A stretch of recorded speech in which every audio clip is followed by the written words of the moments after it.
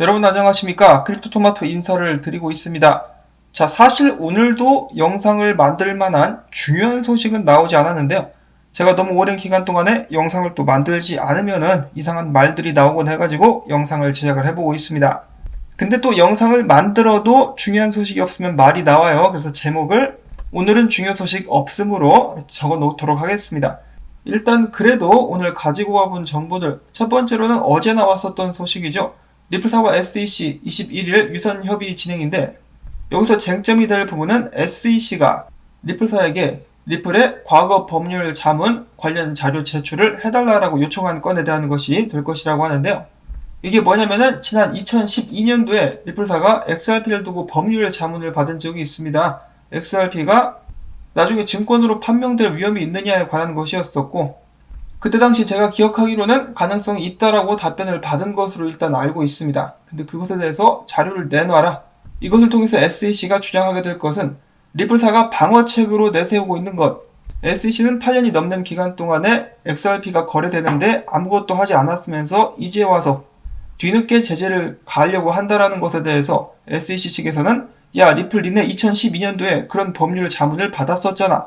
그러므로 니들은 XRP가 증권으로 판명될 가능성이 있음을 알고 있음에도 불구하고 XRP를 활용해서 사업을 했고 XRP를 팔았기 때문에 너희들은 유죄야, 이런 식으로 주장을 하려고 하는 것이죠.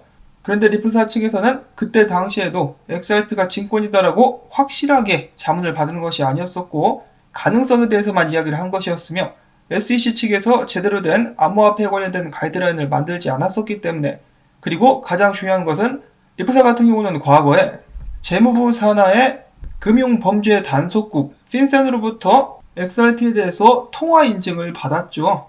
그냥 인증을 받은 것도 아니고 벌금까지 냈습니다. 70만원이 아니라 70만 달러를 냈어요. 70만 달러를 핀센에 갖다 바치고 XRP를 계속 활용해도 된다라는 허락까지 받은 상태였었습니다.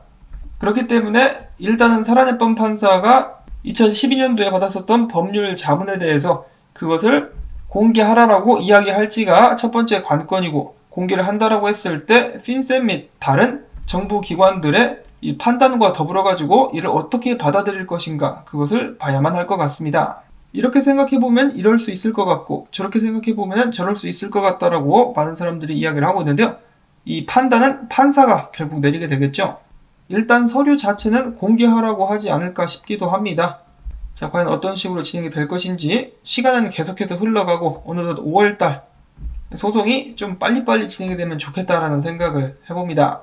자, 한편 SEC 같은 경우는 암호화폐 관련된 행정처분을 총 75회 진행을 했으며 이를 통해서 17억 7천만 달러를 빼앗았다라고 합니다. 거의 날강도 수준이네요.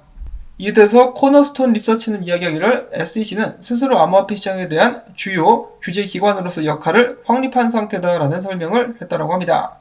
그런데 반면에 최근에 게리 겐슬러 의장 같은 경우는 의회에 니들이 가이드라인을 만드는데 도와달라고 이야기를 하기도 했었습니다. 그렇기 때문에 저는 조만간에 올해 안에 가능하면 무엇이 암호화폐고 무엇이 증권인지 제대로 된 기준이 나오게 되지 않을까. 그리고 만약에 그때까지 리플사의 소송이 끝나지 않고 있다라면 소송에도 영향을 주게 되지 않을까라는 생각을 해봅니다. 그 다음에는 리플사와는 직접적으로 상관이 없습니다만은 머니그램 관련된 소식이 나왔습니다. 머니그램 역시 페이팔과 같이 비트코인을 사고 파는, 암호화폐를 사고 파는 사업에 뛰어들었습니다. 미국 내 키오스크에서 비트코인 거래를 지원한다라고 하는 것인데요. 이를 위해서 코인미와 함께 파트너십을 체결했다라고 합니다. 그리고 이러한 발표와 함께 그는 최근 인터뷰에서 이러한 질문을 받았는데요. 이러한 코인미와의 파트너십은 리플사와의 마무리된 파트너십을 대신하는 차원에서 진행한 것이냐라는 질문에 대해서 CEO는 전혀 그렇지 않다.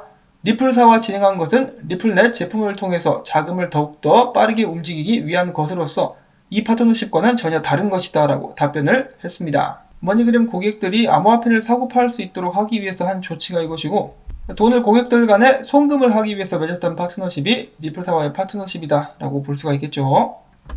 그 다음에 오늘 또 다른 정보가 있나 없나 뚫레뚫레 찾아보고 있는데 리플사의 홈페이지에서 최근에 또 이런 소식을 알려왔습니다. 최근에 리플X 뎁이라는 것을 새로 출시를 했는데요. 이 디벨로퍼들, 이 개발자들이 사용할 수 있는 앱으로서 이는 글로벌 지불 플랫폼이며 어떤 통화든 어떤 네트워크든 어떤 지역이든 상관없이 돈을 보낼 수 있게 되었다라고 하네요.